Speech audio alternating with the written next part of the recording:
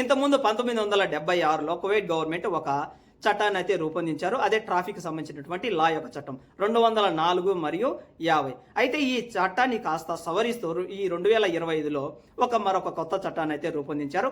ఇక మీదట ఈ చట్ట ప్రకారం ఇళ్లలో పనిచేసేటటువంటి వాళ్ళు కావచ్చు, లేదంటే కన్నా బయట పనిచేసేటటువంటి ప్రతి ఒక్కరు కూడా రిన్యూవల్ చేయించుకోవాలన్నా, లేదంటే కన్నా కొత్త లైసెన్స్ కన్నా తయారు చేయించుకోవాలంటేనా, అంటే లైసెన్స్ ఏదైతే ఉంటుందో ఆ లైసెన్స్ పొందాలంటే కన్నా ఖచ్చితంగా 10 దినార్లు ఫీజు అన్నది చెల్లించాల్సి అయితే ఉంటుందట.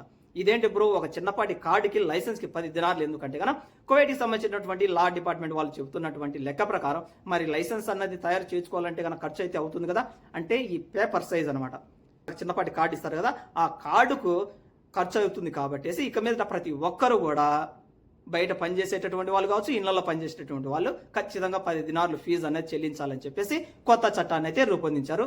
బయట పనిచేసేటటువంటి వాళ్ళకి 10 దినార్లు అంటే కన్నా కొద్దిగా హైగానే అనిపిస్తుంది.